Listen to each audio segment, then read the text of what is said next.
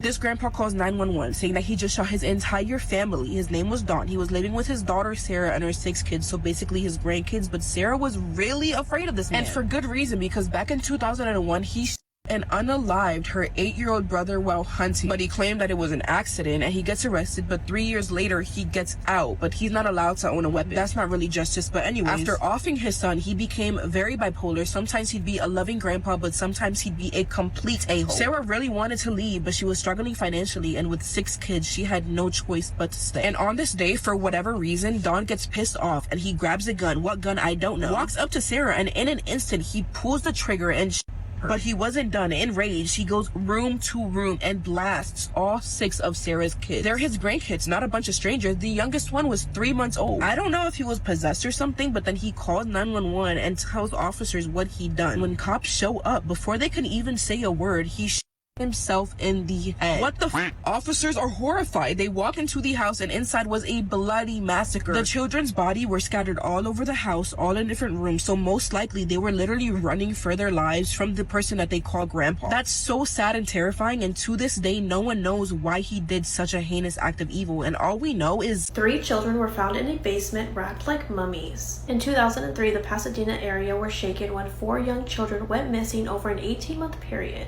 There were no witnesses, no leads, and this left the entire community terrified. The case finally broke when police received a 911 call from a boy who went by the name of Mikey and said, "My mom is scaring me." Sheriff Robert Miller went to the home for what should have been a routine welfare check, but he never made it out.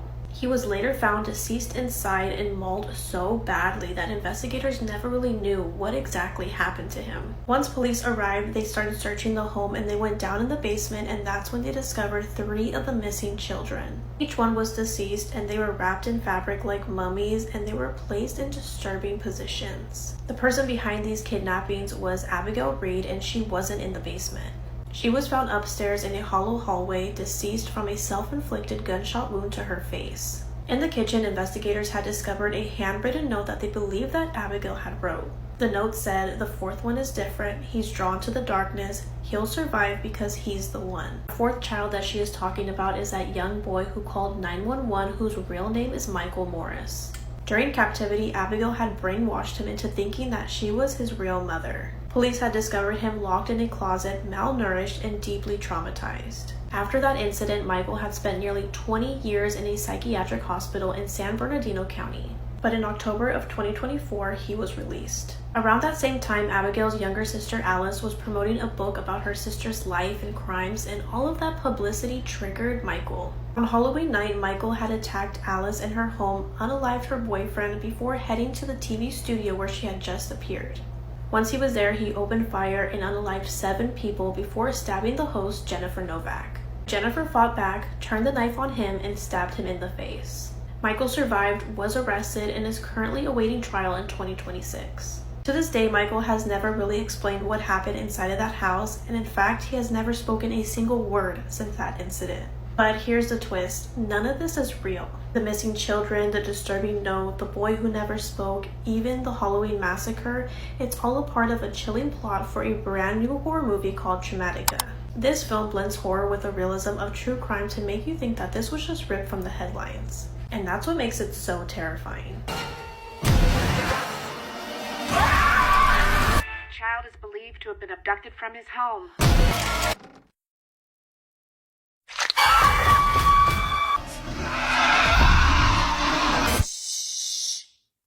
Don't make a sound. If I can hear you or see you,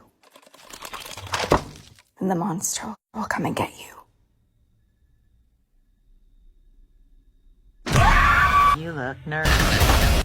Traumatica hits theaters September 12th, so let me know if you're gonna go see it. This girl runs away from home and is later found chopped up in trash bags. Her name is Emily Pike. She was 14, Native American, part of the San Carlos Apache tribe. And she'd been living in a group home with other kids her age, but Emily really hated it there. She'd run away before 3 times, in fact, and every single time they'd catch her and drag her right back. Until January 25th, that night, she sneaked out of her window and ran again, only this time she never came back. Staff noticed she was missing and reported it that same night, but because it was her 4th time, police just treated her like a runaway and not a missing child. Because of that, there was no Amber Alerts, no media coverage, no search dogs, not even a phone call to her family or tribe to let them know Emily was missing, and no one cared to look for her. Then on February 14th, 20 days after she vanished, 2 hikers were walking through the Arizona desert 100 miles from the group home. They saw trash bags dumped in the dirt, and they opened one, and inside was Emily's decomposed head. Another bag had her torso, another one her legs, but her arms and hands were still missing. She had been dismembered and left like garbage. Let me say that again. She was found in pieces in trash bags 100 miles away. There's no way a 14-year-old would walk so far, so someone obviously took her and unalived her. This was not a runaway, this was a murder. And I keep thinking, if Emily wasn't native, would they have searched harder? Would there be more helicopters, TV coverage, a full investigation? Because today there are no suspects, no arrests, and barely anyone even knows her name. So I'm saying it now, her name is Emily Pike. She was 14 years old and someone murdered her. So why are we not talking about it? Because she drowned her son because she claimed he was an inconvenience.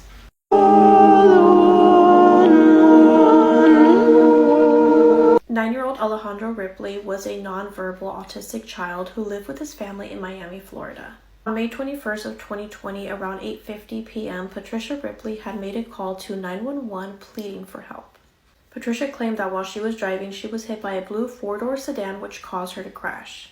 She claimed that it was 2 black men who were driving that car and that the driver was armed with a knife and he had confronted her at her car door. Patricia also told authorities that the man was demanding drugs from her, but when she told him that she didn't have any, that he just opened her car door, he took her phone, her tablet, and then abducted her 9-year-old son, Alejandro. The report triggered an Amber Alert across the southern Miami area, and people immediately started looking for Alejandro. Alejandro's family immediately went to social media asking if people could help search for him and to just spread the word. Unfortunately, the next morning around 7:50 a.m., Alejandro's lifeless body was found in a golf club canal. He was found wearing a Captain America t-shirt, black shorts, and Crocs. The missing person case turned into a murder investigation, and the police quickly became suspicious of Patricia. There was surveillance video at the canal where Alejandro's body was found, and it showed Patricia pushing her son into the water, and people in the area saw all of this happen. With this information that investigators had, they brought in Patricia for questioning. For hours, she faced intense interrogation, but Patricia continued with her web of lies.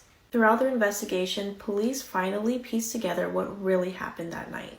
On the night of May 21st, 2020, around 7:30 p.m., Patricia had went to a housing complex and brought Alejandro with her. She was then caught on camera pushing him into a canal. Neighbors nearby heard the commotion and screaming and thought that he had fallen in. Most people rushed over to Alejandro, but since he was nonverbal, he couldn't really communicate what had just happened. Eventually, Patricia took off with Alejandro, and about an hour later, she drove to another canal and pushed him in again. Around 8:30 p.m., Patricia had contacted the police and fabricated a whole story about how someone had abducted her son. That following morning is when they found Alejandro's lifeless body, and it revealed that he suffered head trauma. Now, with all the evidence that they had, finally Patricia admitted to murdering her son, and she claimed that she had plans of this for a very long time. She also claimed that the older he got, the more difficult it was to take care of him. Patricia then claimed that Alejandro was in a better place. Patricia was arrested and charged with first-degree murder and premeditated attempted murder. The judge issued a no bond for the first charge and a $100,000 bond for the second charge. Because the COVID pandemic was happening during this time, everything was done on Zoom, and Patricia's attorney told the judge that her client intended to plead not guilty. Patricia's attorney was trying hard for Patricia not to get the death penalty, but as of this year, it seems like it is still an option for her. As of right now, no other information has become public, so we will have to wait and see what happens to Patricia. Rest in peace to Alejandro. I just don't understand how people can do this to their own children. Only 2 years after their wedding day, this man would murder his wife and then chopped up her body into over 200 pieces. I'm True Crime Caitlin, and this is the murder of Holly Bramley. Nicholas Metzen and Holly Bramley began dating in 2016, and unfortunately from the offset, Holly would be a victim of domestic violence at the hands of Nicholas. She was described as a beautiful, kind, caring young woman whose laugh was infectious, and she could light up any room that she walked in with her warmth. Holly was close with her family. She thought the world of her nieces and nephews, and she even expressed her excitement at becoming a mother one day, having a baby of her own to love, adore, adore and dote on. That is the woman that Nicholas did everything he could to dim her shine. He would psychologically abuse Holly, isolating her from her family, who described him as an evil monster.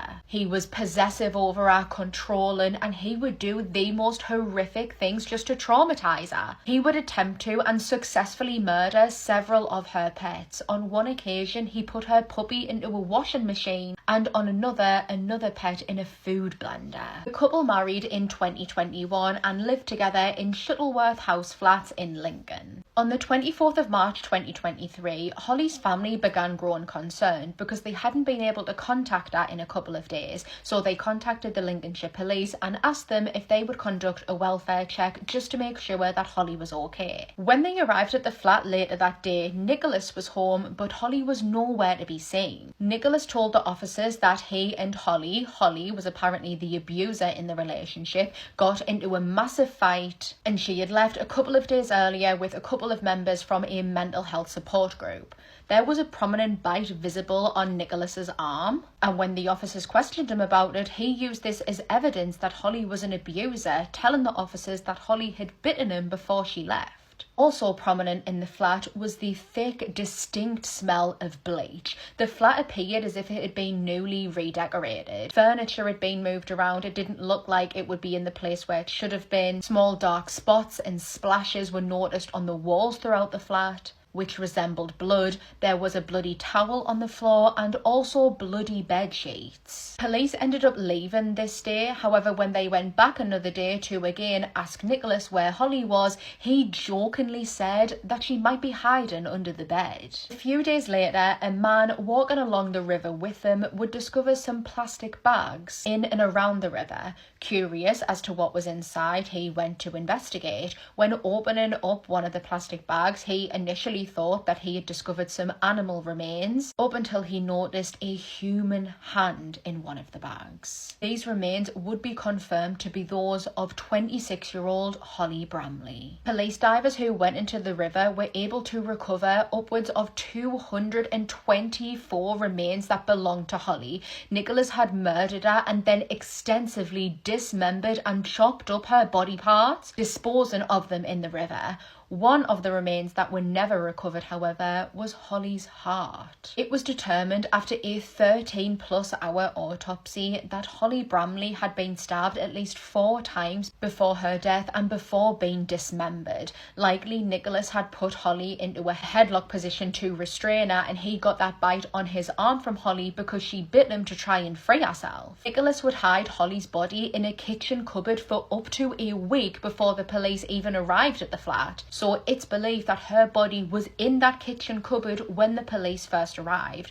After their arrival, Nicholas got spooked, and so he decided that he had to get rid of Holly's body. This is when he decided to extensively dismember and dispose of her body in the river with him. He actually enlisted the help of one of his friends, who he paid £50 to help him, £50 that he had stolen from Holly's bank account. After committing the murder, he also made some very sketchy Google searches, including, quote, "What benefits can I get if my wife dies? How to get rid of a body? And can someone haunt me after they die?" He would log into Holly's social media and trying to feign that she was still alive by being active on social media. However, everybody texts different, everybody types different, so this fooled absolutely no one. Nicholas Metzen would be arrested on the 5th of April on suspicion of murder and perversion of justice. He was intending to plead not guilty. However, several days before his trial, he changed his plea to guilty. He would be handed a sentence of life imprisonment with a minimum of 19 years to serve. To this day, he is given no reason as to why he horrifically ripped away the life of Holly Bramley. Her family are campaigning for domestic violence awareness, saying, quote,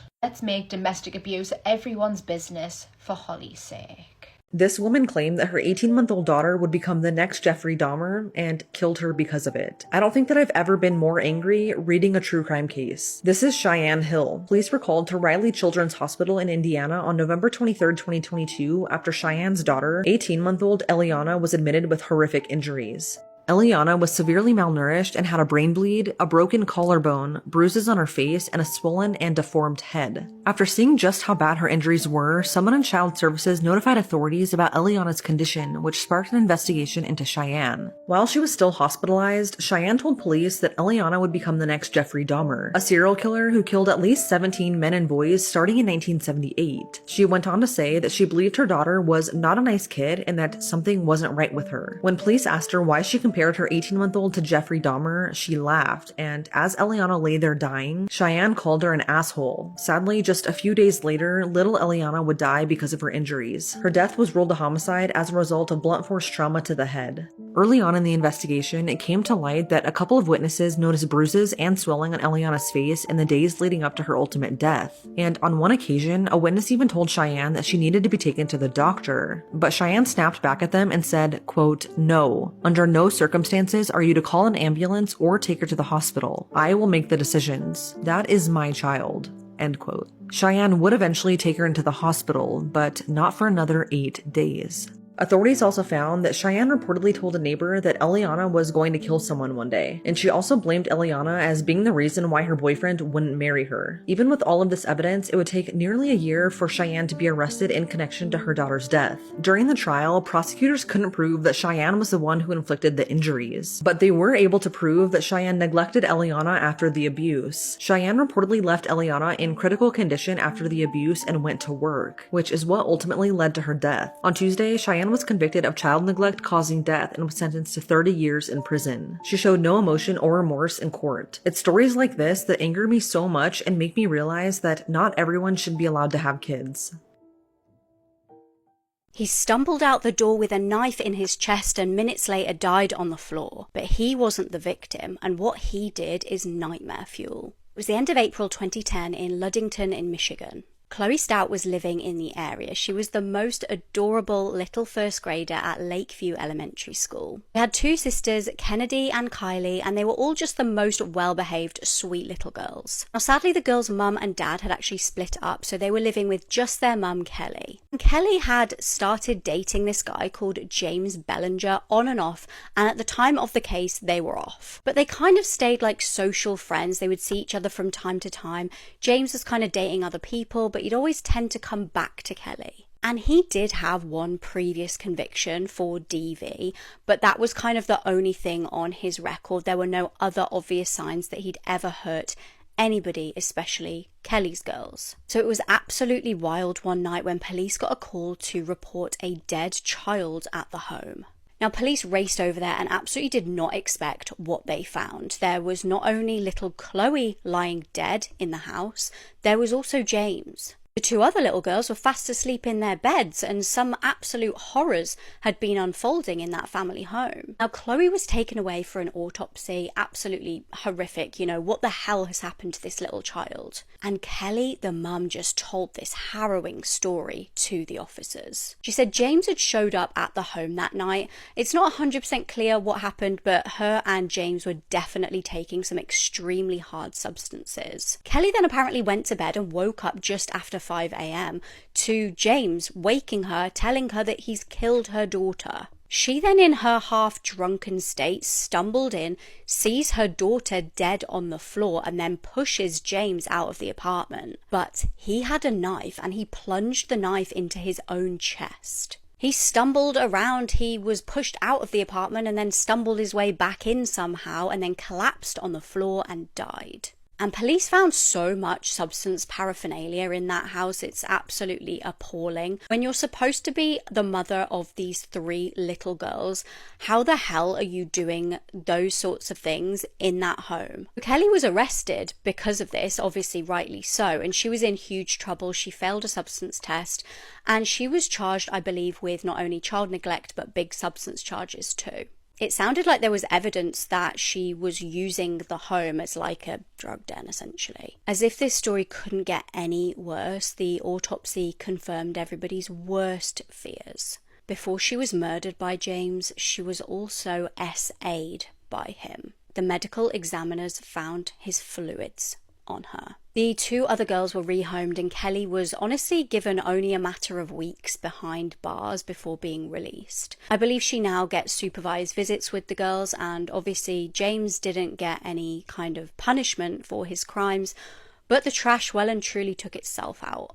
Kenny Veach disappeared after finding a mysterious cave near Area 51, and it's one of the creepiest missing person cases I've ever heard of. So Kenny was an avid hiker of 20 plus years and a YouTuber who would create videos of his solo hiking journeys in the deserts of Nevada and California. He became so comfortable and confident hiking alone that he would often camp for several days without a GPS, a compass, or a map. In June of 2014, Kenny came across a video titled "Son of an Area 51 Technician" and left a comment that would gain a lot of attention. Kenny detailed a scary experience he recently had after finding a mysterious hidden cave near Area 51, or more specifically near the Nellis Air Force Base in the Mojave Desert. Kenny said that the entrance of the cave was shaped like a perfect capital M, but as soon as he got close to the entrance, he felt unusual vibrations throughout his entire body. He said the closer he got to the cave's entrance, the worse the vibrating got, and then an indescribable fear came over him. He couldn't explain it, but he was so scared that he ran out. In the comment, Kenny went on to say that he solo hikes across mountaintops that many people wouldn't dare to go, and that he's been in more caves than he can count. He said he plays with rattlesnakes for fun, but this particular cave was unlike anything he had ever encountered. His comment on this video kind of went viral, and a lot of people were pushing for him to go back and try to find the cave to document it. Almost every single comment was urging him to go back, all except for one that read, quote, "Do not go back there. If you find that cave entrance, do not go in. You won't get out."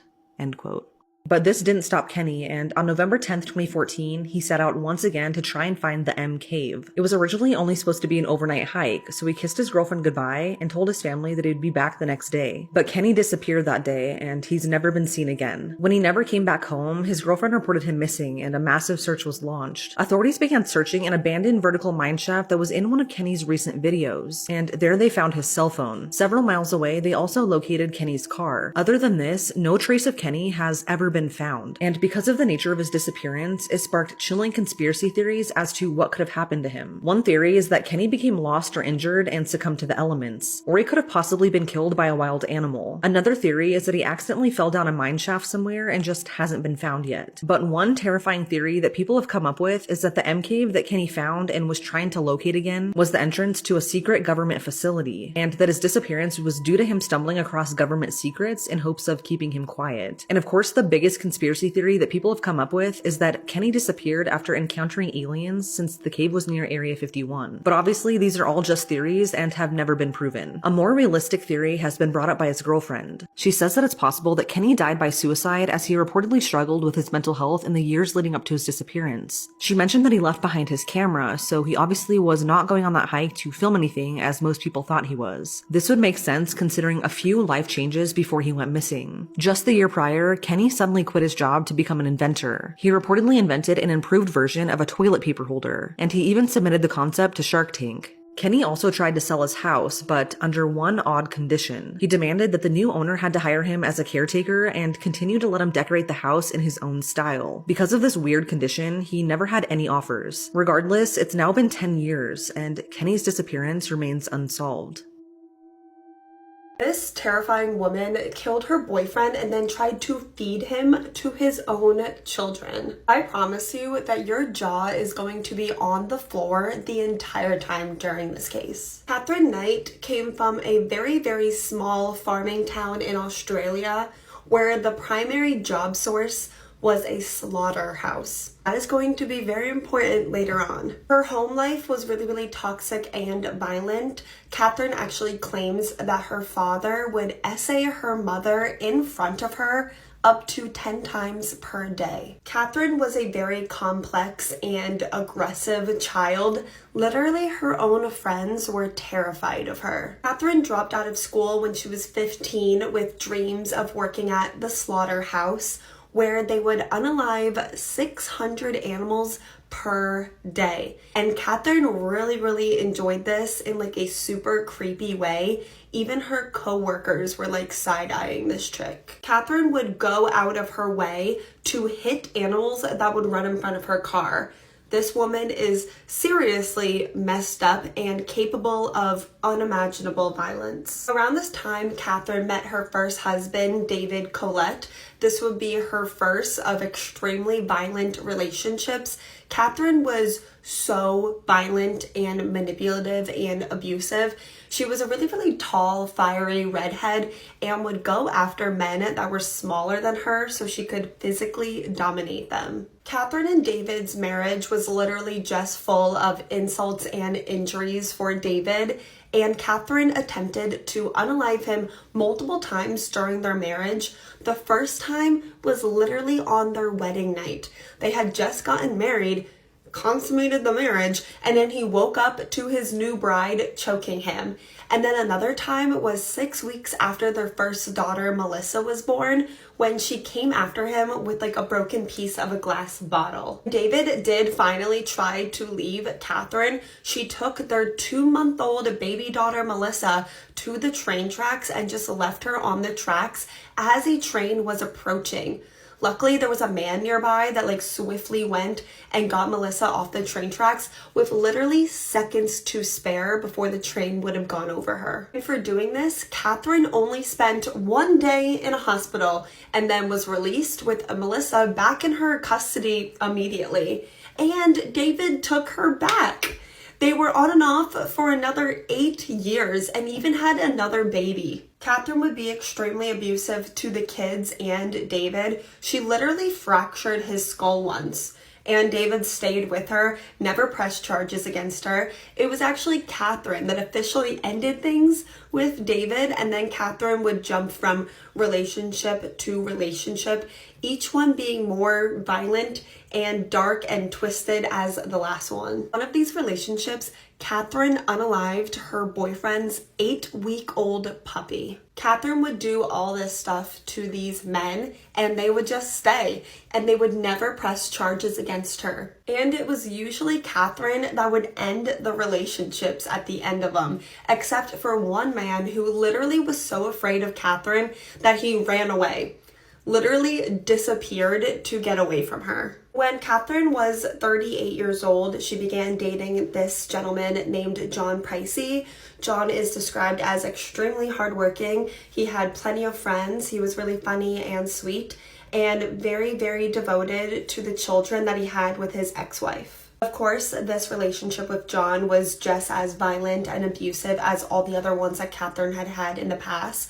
She would often beat or even stab John if she didn't get her way. John was terrified of what Catherine would do next. His friends and family were begging him to leave her, but for some reason he didn't. After one really extreme attack, John attempted to press charges against Catherine. This was the first time somehow that any of these men actually tried to press charges against Catherine.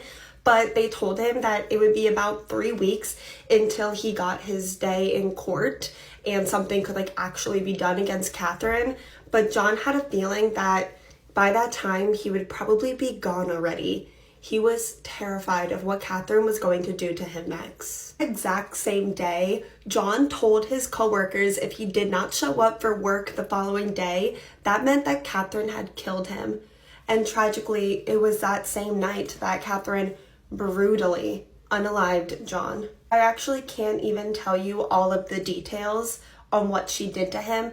It's that disturbing. She used her skills that she learned at the slaughterhouse to treat his body like she would have a cattle at the slaughterhouse, if you know anything about that. And then Catherine began to cook him to serve for dinner to John's own children the following night. Next morning, when John didn't show up for work, his coworkers told the police of his chilling premonition, and that's when the police went to his house and discovered the terrifying, gruesome scene. I cannot even tell you all the details of what the police saw when they got there, and trust me, you wouldn't even want to know them, but I will say that it's unlike anything I bet 99.99999% of police officers have ever had to see at a crime scene. The officers that arrived at the crime scene needed counseling for a very long time afterwards. Some of them needed to take months off of work,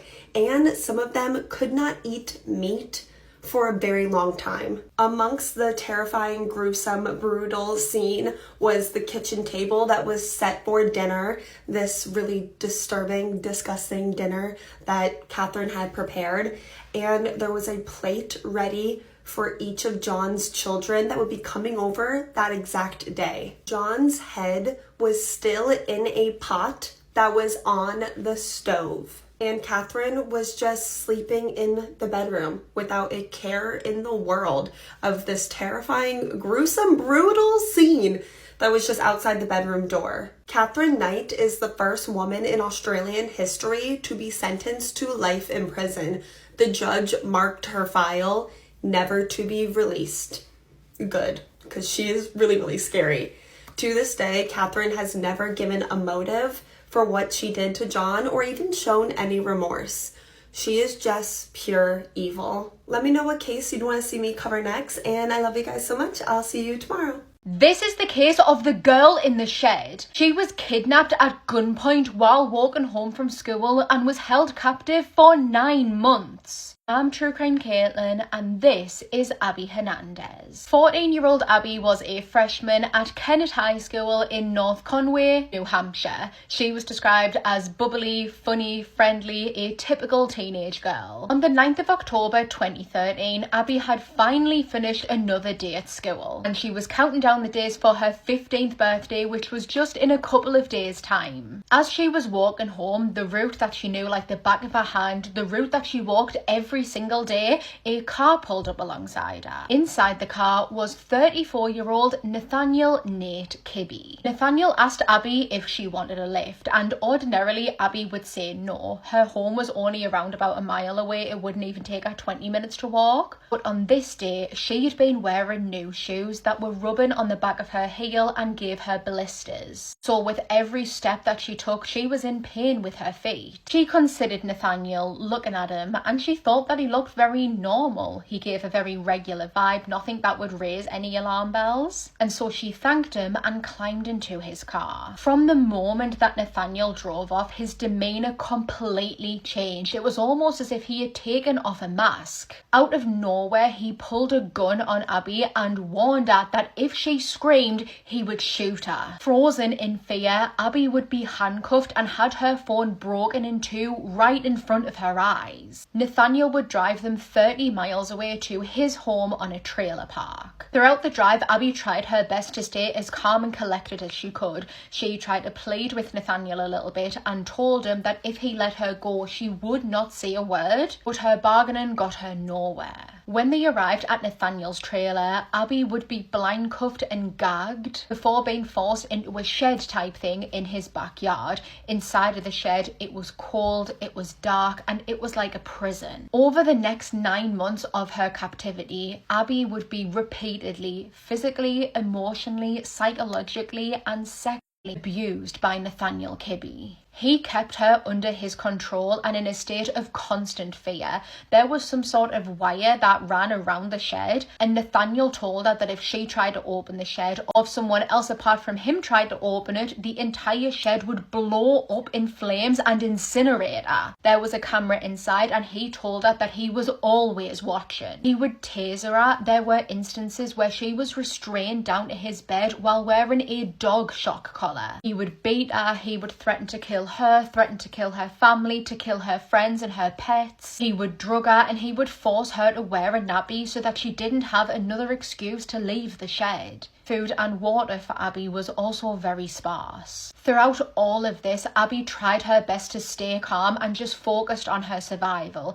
Her instincts told her that in order to get out of this, she had to humanize herself to Nathaniel so that he didn't see her as an object, something that had no worth and something that could easily be disposed of. She would try talking with Nathaniel when she could, and she really fed into him. She would tell him that she knew that deep down he was a good person and that all of this was just a mistake and that everybody made mistakes. And she didn't judge him for that. This tactic slowly began to work. Nathaniel started to open up to Abby. He would rant and he would rave towards her, and she would sit and she would listen and even console him. When he wasn't there, she would pray constantly, praying to God for strength and praying to God that she would get out. She would later say in an interview that she never ended her prayers with Amen because she never wanted God to leave her. Her faith really helped her get through this horrifying, traumatic time. Nathaniel would sometimes bring Abby some books so that she could read to pass the time.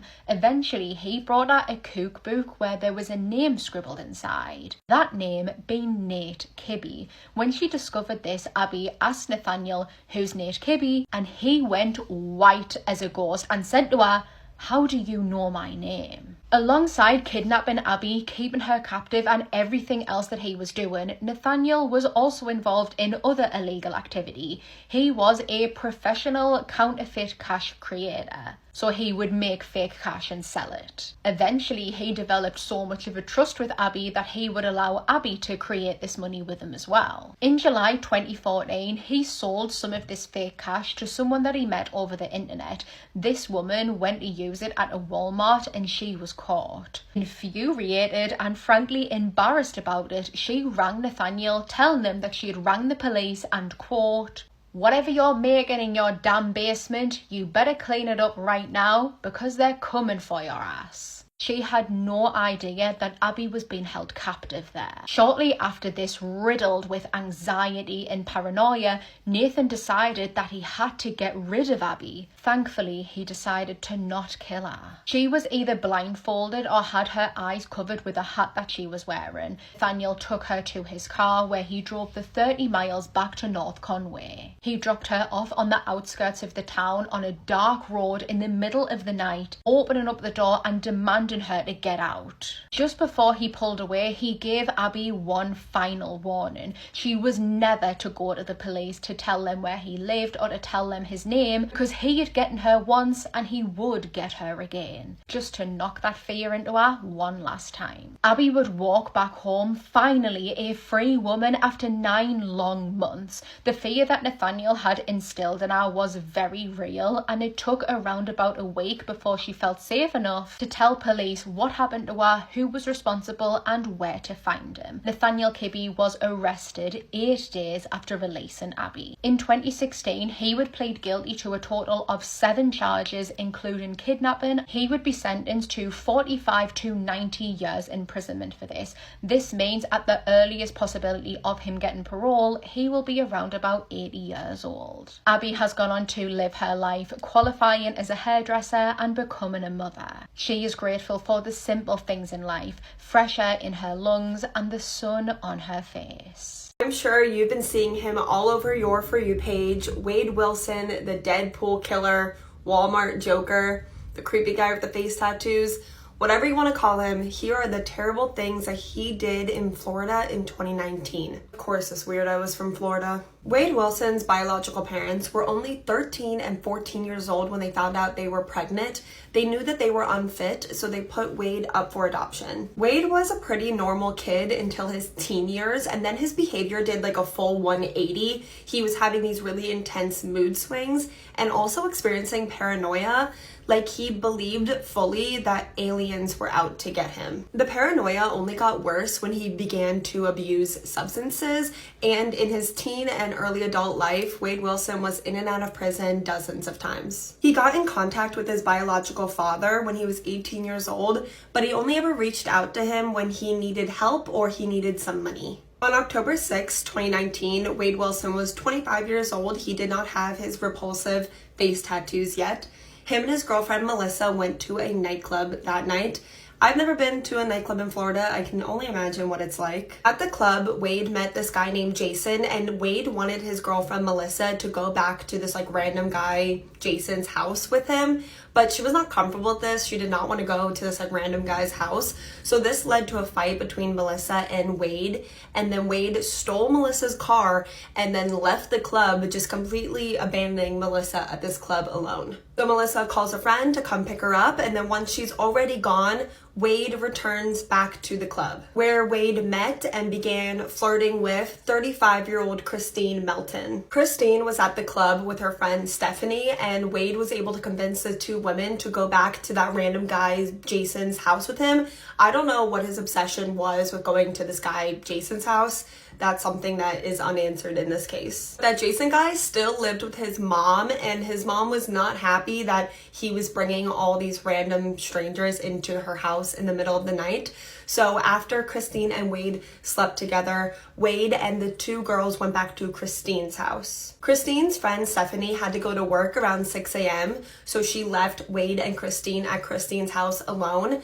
At this time, Christine did not seem worried at all being alone with Wade, but as soon as Stephanie left, Wade, who had been a seemingly normal and charismatic guy the entire night, began to strangle Christine, unaliving her.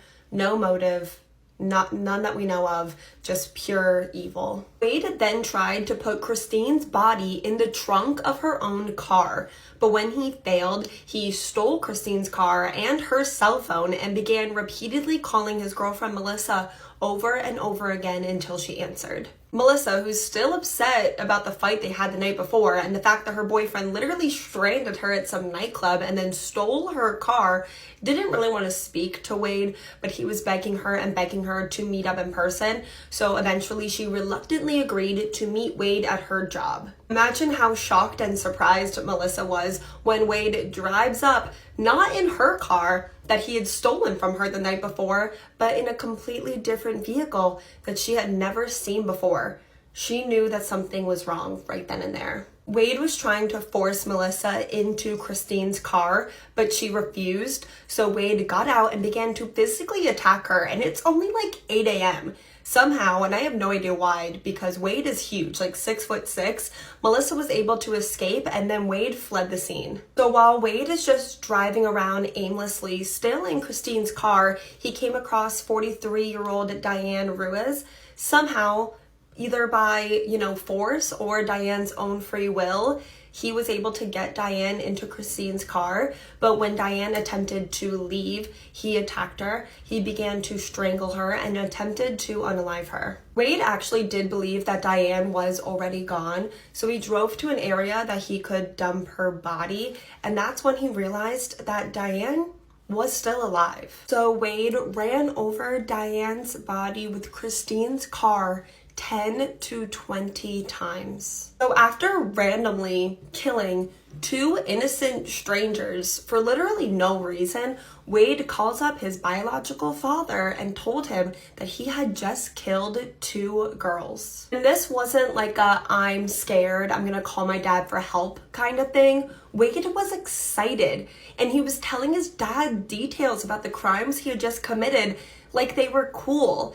Like, he literally told his dad that Diane's body looked like spaghetti after he ran her over with the car. Wade's biological father told him that he was gonna send an Uber to come and pick him up, and then they would figure it out together. So he got Wade's address and then sent the police to go pick up Wade. Before Wade's trial, he collected all of his infamous face tattoos. His lawyer actually fought and won for Wade to have the right to cover up his tattoos with makeup for the trial, but Wade didn't do that. He showed up for trial every single day with his infamous face tattoos. Just last month, on June 12, 2024, Wade Wilson was found guilty of all charges, and the jury voted in favor of the death penalty. But ultimately, it will be a judge that decides Wade Wilson's fate, and he will be sentenced later this month on July 23rd, so 2 weeks from today. So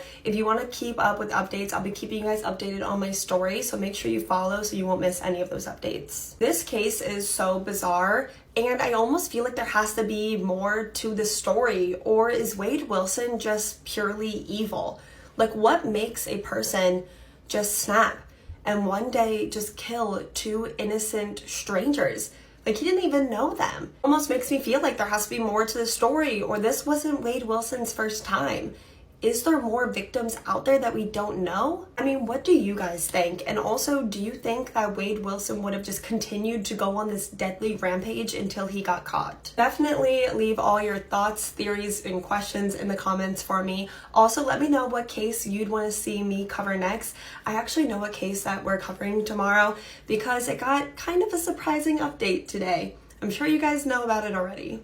Going missing on a cruise ship actually sounds like the scariest thing in the world to me, because where do you even start looking? There are so many places you could be, yet a limited amount of places at the same time, because you're likely in a country, in a place that you're not familiar with the world's biggest body of water around you, because you could be everywhere, yet nowhere at the same time. And then what? Where do you know where to start looking? How do you know when it's time to stop looking? And at what point do you think that you've exhausted all options? Like, as a family member or a loved one, if you have someone that goes missing, when is it okay to go back to your home and say, okay, we did all that we could? Today we're talking about Amy Lynn Bradley, a story that I have never been able to get out of my head since the first time that I heard about it. Amy Lynn Bradley was one of two kids. She had a little brother 2 years younger than hers whose name was Brad. They grew up in Virginia with their parents Ron and Iva, and in 1998 the family was getting ready to go on a cruise ship.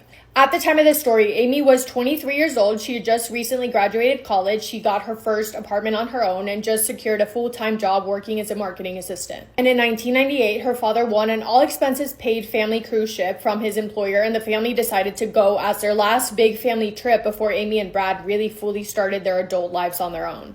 At first, Amy was apprehensive about going. Something about a cruise ship sounded extremely nerve-wracking to her, even though she was a strong swimmer and a trained lifeguard, which same. Not many things, actually, a lot of things scare me, but the ocean scares me like no other. March 21st of 1998 was a Monday. 23-year-old Amy, 21-year-old Brad, and their parents Ron and Iva boarded the Royal Caribbean cruise ship in San Juan, Puerto Rico. The ship held almost 2,000 people. It was around 11 stories high, nearly 1,000 feet long, and like many others, it had a ton of restaurants, pools, and entertainment on board. The first night was so much fun. Amy felt so silly for ever second-guessing going on the cruise ship in the first place, because when she got there, she realized what all the fuss was about and why everyone kept telling her that it would be such a fun time. On their second night there, the family got ready to go to a fancy family dinner. A photo of Brad and Amy was taken by the cruise ship photographer, and that would be the last known picture of Amy before her disappearance. After dinner, the family went back to their rooms, changed out of their dress clothes, and went to the upper deck of the ship for a party that was going on. There was live music, a ton of people there hanging out, dancing, a lot of fun. All four of them were there hanging out together until around 1 in the morning when Ron and Iva decided that their night was over. They said goodnight to the kids, headed back to their room to call it a night. Amy and Brad, on the other hand, decided to go to the ship's nightclub, so they followed the young crowd to the club, and both Amy and Brad were mingling with different people. Brad was talking to some girls that he met, and Amy was also talking to different groups of people, including one member of the ship's band called Blue Orchid. The guy she was talking to was the band's bass player, a guy named Alistair Douglas, but his nickname was Yellow. And apparently Amy told Brad at some point in the night that the band's bass player, Yellow, was really flirting with her a lot, and it was making her a little bit uncomfortable. She described him to be a, quote, big jerk. Around 3:30 in the morning, Brad leaves. He heads back to the room, leaving Amy at the club. He decides to go out on the balcony to get some fresh air, and shortly after, he hears Amy coming back in as well. Amy joins him at the balcony. They're sitting outside talking about their plans for the next day until eventually Brad gets really tired and decides that he's going to go to bed. Amy stayed out on the balcony for a little bit longer on her own, claiming that she needed the fresh air because she was starting to feel a little bit of motion sickness. And at some point in the early hours of the morning, the dad, Ron, wakes up. From his bed, he could see out to the balcony, and he looked and saw Amy sitting there. This is a quote from him. Quote, "I could see Amy's legs from her hips down. She looked like she was resting comfortably. I dozed back off to sleep. The balcony door was closed because if it hadn't been closed, I would have gotten up and closed it," end quote. So he woke up, saw Amy, fell back asleep, but eventually woke back up again. He says, quote, "About 6 in the morning, something awoke me again. I got up, looked out the balcony, and the balcony door was open around 14 to 16 inches, and Amy wasn't on the deck. And I had a little bit of a funny feeling at the time because it was unlike her to be up that early in the morning," end quote. So because he didn't see Amy, Ron got up, he checked the kids' room, he saw Brad sleeping in bed, but Amy wasn't there. The only things that looked to be missing were her her lighter, but everything else of her still looked to be in the room, including her shoes. During this time as well, because remember now it's 6 in the morning, everyone's starting to wake up, the ship was arriving and getting ready to dock in Curacao, a Caribbean island. After briefly looking around and not being able to find her, so now closer to 7 a.m., Ron wakes up the mom Iva to tell her that he couldn't find Amy, and knowing that the ship was about to dock and the passengers were all about to get off on the island, Iva started to panic. She didn't want everyone to start walking off the boat because Amy was still missing, and that of course would only make it harder for them to find her. The family asked the crew to make an announcement that they were looking for Amy, but the ship refused, saying that they did not want to panic the other passengers. Iva, Amy's mom, has said, quote, I became more and more frantic because I knew that if she was in a position to hear the announcement, she would come immediately to us, and then I had thoughts that maybe somebody had her in a room, and if she heard it, she couldn't get to us, end quote. After pleading with ship officials to not let any passengers disembark, the ship docked anyway, and all of the guests started walking off the boat and onto the island. And at the time of this case, cruise ships did not keep a record of everyone that got off the boat. They only kept a record of the people that got back on,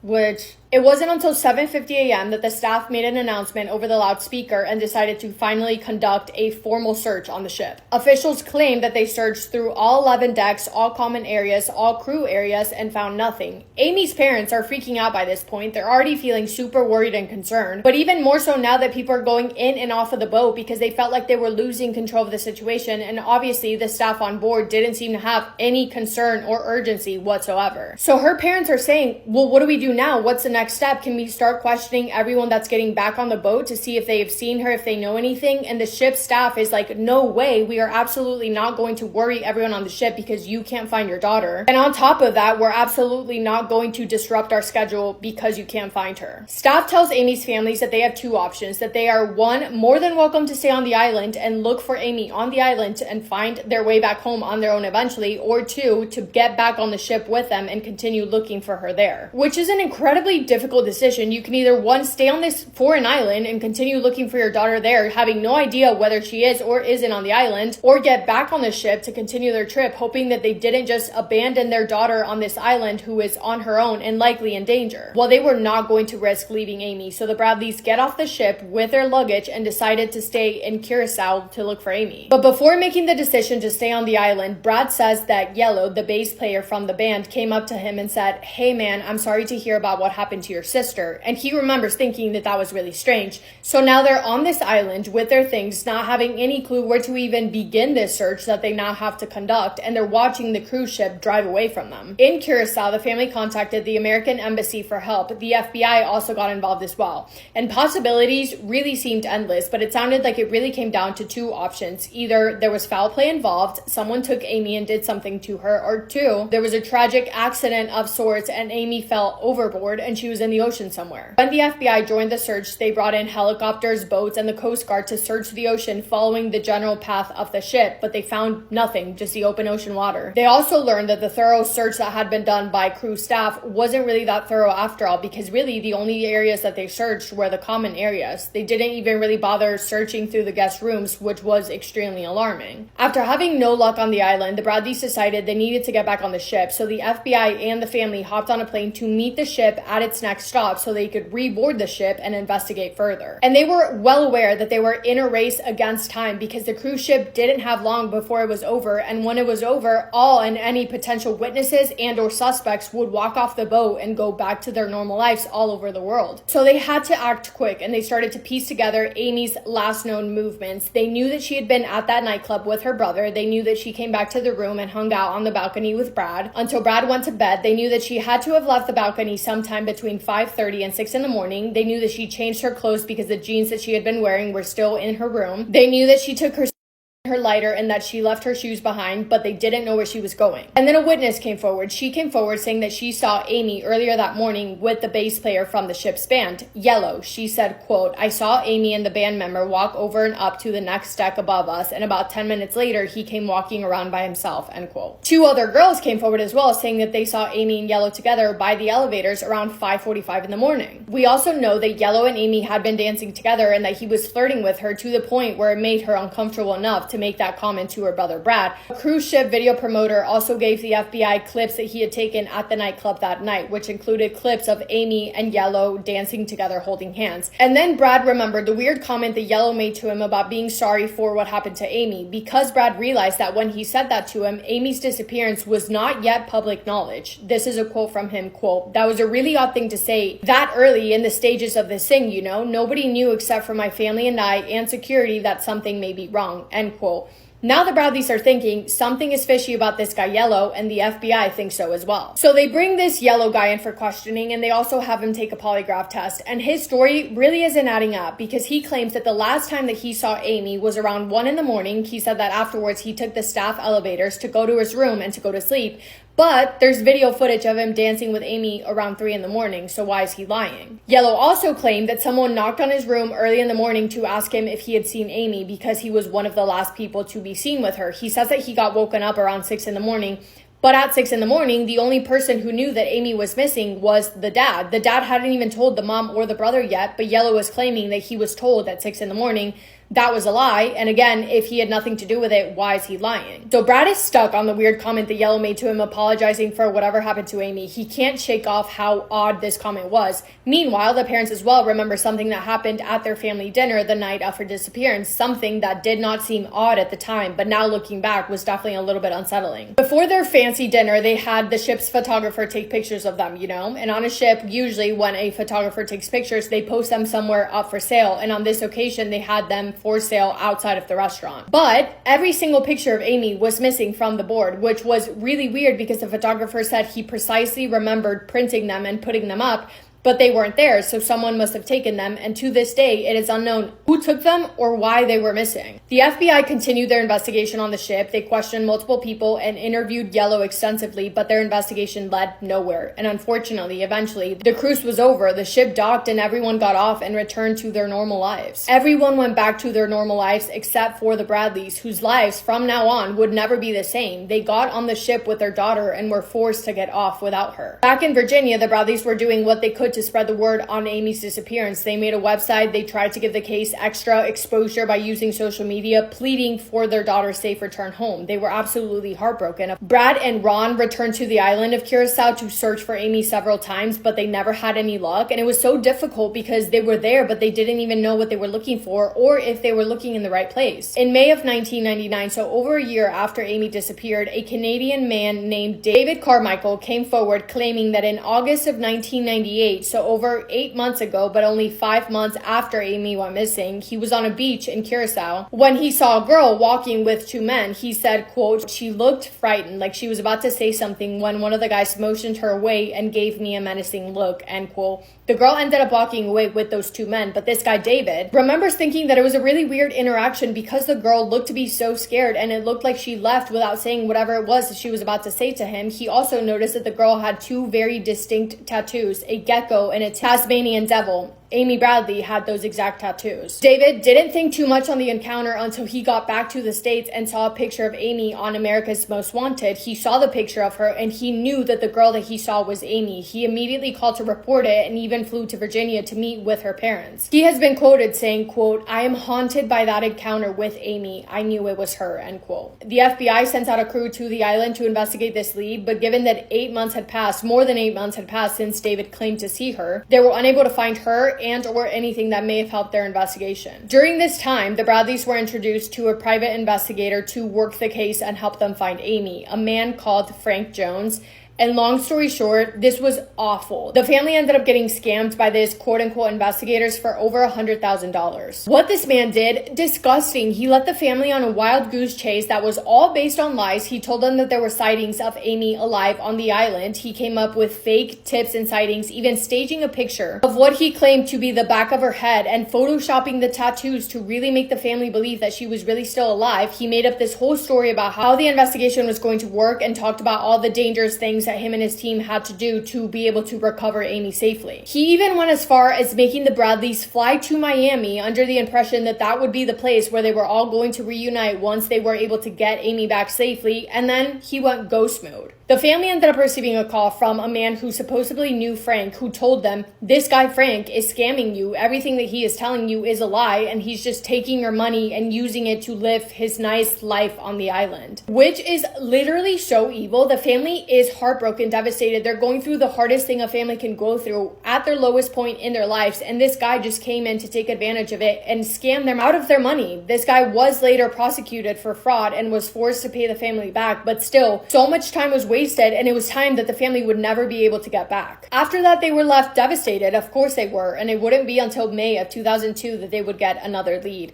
The lead came from a member of the Navy who claimed that he had been out one night years ago in Curacao. While there, he said a woman noticed that he was speaking English and came up to him saying, "I'm Amy Bradley and I need your help." When she approached him, the guy was obviously confused, and he told her that if he needed help, his Navy ship was close by, they could help her. Of course, at the time, he didn't know that Amy Bradley was a missing person, but when he said that there was a ship that could help her, the girl said, "You don't understand. I need help, but I can't leave." And before he knew it, she was pulled away by some men. That man didn't realize who Amy Bradley was until he got back to the States and saw a story of hers on TV, but by the time that he reported this possible sighting to authorities, years had passed and the lead went absolutely nowhere. The place that he had seen her at was also long gone, and it led to nothing. There was another possible sighting in 2005 when a witness, a woman named Judy, claimed to have seen Amy in a department store restroom in Barbados. Judy was in the bathroom when a girl walked in with a group of men, and it sounded like the group of men were threatening the woman if she did not go through with some sort of deal. When the men left, the girl came up to Judy and told her that her name was Amy and that she was from Virginia, but seconds after, she was taken away by the men. A composite sketch was created based on the sighting, but that again did not lead to anything. In 2005 as well, Amy's parents received a very disturbing email. That email had an image attached to it. It was a photo of a young woman that looked just like Amy, but not the Amy they remembered. The woman on the image looked drained, exhausted, broken. That image was shown on national TV, and it only contributed to theories that people of the public had already been thinking. Could Amy have been kidnapped and sold into industry in the Caribbean? The photo only led to that theory because it resurfaced online on a website known for advertising. They figured out that this woman online was going by the name of Jazz, and again, she looked to be incredibly distraught, but the FBI investigated and could not confirm whether the photos were real or edited. Still, however, a facial recognition expert who worked with the FBI believed that this Jazz woman in these photos was Amy Bradley. Today, Amy Bradley would be 51 years old. Her family continues to look for answers in the closure that they have been chasing after for the last 27 years. The main two theories continue to be that she was taken, a lot of people believe, by that man named Yellow and sold into a terrifying industry, or that it was a freak accident and she fell overboard and she was unable to stay afloat for long enough to be saved, although a lot of people do not believe that theory to be true because Amy was such a strong swimmer. That is all I have for today's video. Thank you guys for listening to Amy's story. I hope that you guys are having the best day. If not, go do something to make it the best day. Make somebody happy, and I will see you in my next video. Massive kiss on the forehead to every single one of you. This is the story of Kayla Henriquez. February 25th, 2011, Kayla asked to borrow $20 from her best friend, Kamisha Richards. Kayla's 18, Kamisha 20. The two weren't only best friends, they lived together as well. Kayla would always ask to borrow money for the baby, and Kamisha didn't. She wasn't tripping. She loved that little boy and would give him anything. So whatever Kayla asked for, she got it. She gave Kayla the $20 for the diapers and she went off to work. But when Kamisha returned that night, it was no diapers. Kamisha confronted Kayla, asking her, "What did you do with my $20 since you didn't spend it on diapers?" And Kayla danced around the question, and this infuriated Kamisha because at this point it feels like she's getting taken advantage of. And from what I read, it seemed like Kayla kind of did that often. Kamisha said, "Give me my $20 back because I didn't give you that to be out here frolicking around." And that caused a feud. Her asking for her money back caused the feud. The tension lasted a couple days. The beef started on Friday. By the time Sunday rolled around, the water was boiling. That's when Kayla took to Facebook to blow off some steam. The back and forth on Facebook started around 5 p.m. and lasted to about 9 p.m. I'm going to move out the way so y'all can pause and read this. These are the last two messages the girls wrote to each other on Facebook. Kamisha said, "Kayla, now you're getting out of hand. I hope you having fun entertaining the world. Trust, I'm going to have the last laugh. And Kayla said, "We will see." So when Kamisha returned to the apartment, to her surprise, Kayla had all her goons sitting in the living room like they was about to jump her or something.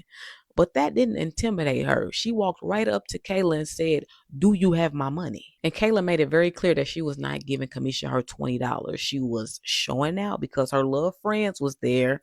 And this made Kamisha mad as hell.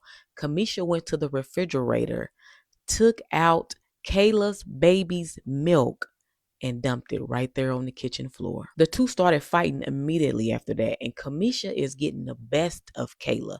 So much so that Kamisha stopped the fight because she felt bad for doing her bad like that. Kamisha goes to her room, but Kayla follows her, and just a few seconds later, Kayla's friends watch her run out the apartment. Kamisha stumbles out of the room yelling, "She stabbed me, she stabbed me," right before she fell unconscious. One of Kayla's friends who was inside of the apartment called the police. Kayla's friends was trying to put pressure on Kamisha's wound until the police got there, but Kamisha Richards was pronounced dead upon arrival at a Brooklyn hospital. And Kayla was found quickly after. Witnesses led police straight to her. She was arrested the same day on February 28th, 2011. During interrogation, Kayla asked for Chinese food. And as she sat there and ate her Chinese food very calmly, she said the stabbing was self-defense and that Kamisha came at her first. Kayla was facing 25 years to life if she was convicted of murder, but she got a plea deal approved by Kamisha's family. She pled guilty to manslaughter and was sentenced to 15 years in August of 2013. Now, on February 29th, 2011, Kayla was in custody for a full day at this point. But a post came up on her Facebook saying, "I can't believe this happened. I'm sorry. I send my condolences to her family. R.I.P. Kamisha." And believe was spelled Beleave.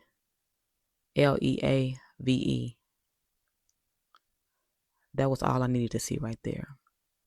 But I gotta ask my true crime people, was Kamisha Richards' family too nice? She had this gut feeling of, my daughter's either being held hostage or she's dead. And she was right. It was summer 2019 in Vancouver in Washington state. Nikki Kunhausen was a gorgeous 17-year-old trans girl who was just a ray of light to her friends. But on the 5th of June that year, she would send her mum her final text. It said, "I love you, mummy." The day after, all of her social media just went dead, which was incredibly strange because Nikki loved posting on her socials. Her mum had this gut feeling that she just wouldn't go off the radar of her own accord. Seemed like she just vanished off the face of the earth. Her mum reported her missing to the police, and she also disclosed a really disturbing incident that happened the year prior. Now, I go into loads more detail on the Born Investigation podcast episode on this case, but if you want the summary, continue to listen. Essentially, Nikki very narrowly escaped death previously. She'd been shot and left for dead at the side of the road. She never disclosed who had done that to her. It's not clear whether Nikki knew this guy or not. And her friend said that right before she went missing, she was talking to a guy on Snapchat and went off to meet him.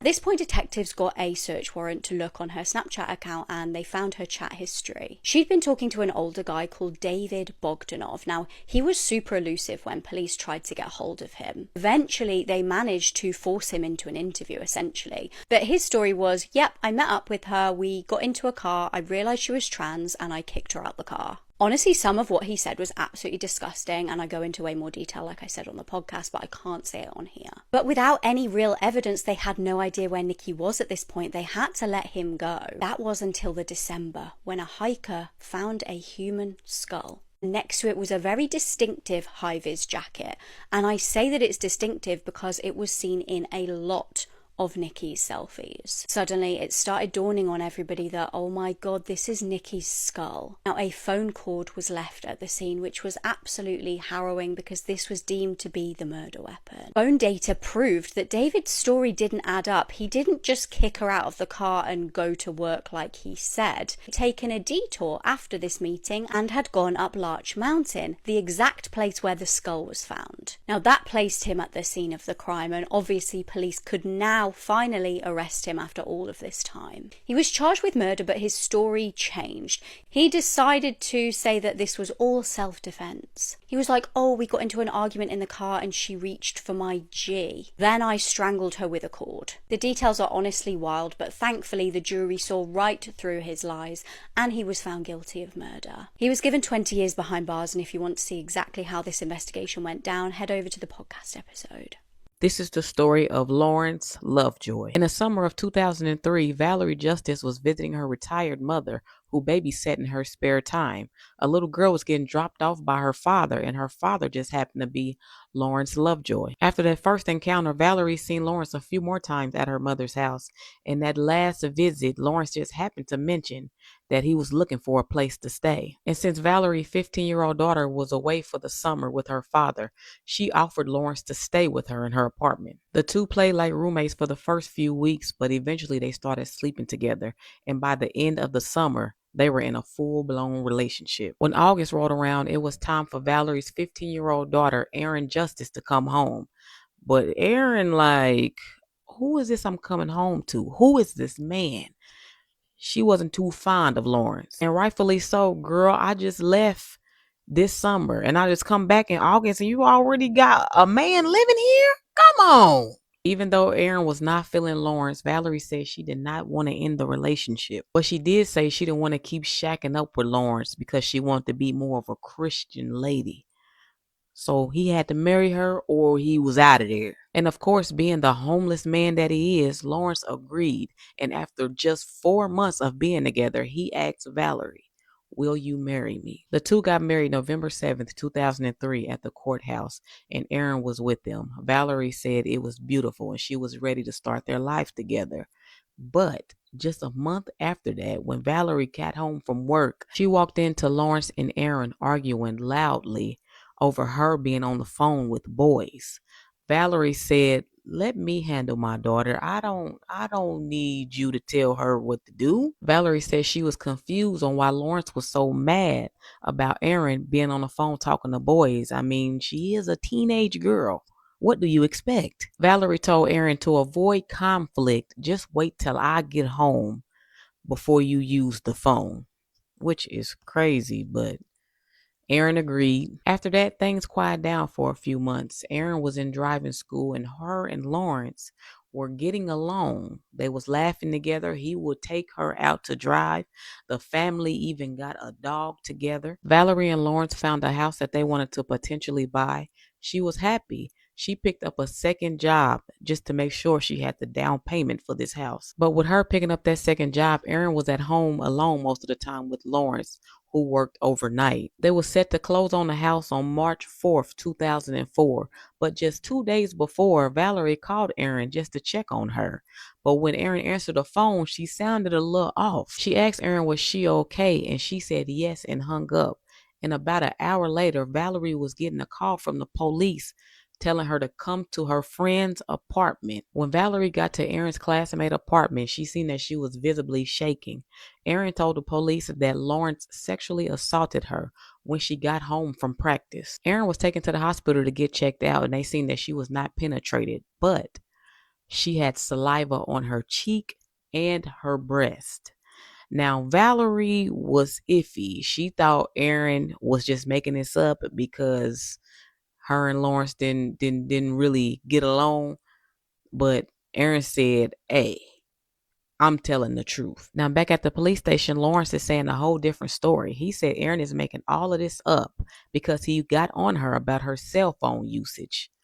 But the police didn't have any evidence, so they had to let Lawrence go. Valerie ended up closing on the house by herself. She told Lawrence that they cannot be together until the results come back from the saliva that was on her daughter's cheek and breast. So they was not in contact until the puppy got sick. So she decides to call Lawrence to take the puppy to the vet. On the morning of March 27th, 2004, Erin is waiting on her father to pick her up because she was supposed to go with him for the week.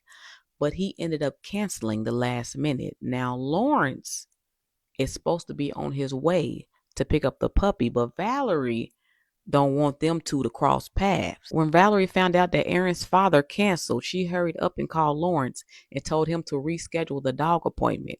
And he agreed. A couple hours later, Valerie called to check on Aaron, but she got no answer. She thought she fell asleep, so she called a couple more times.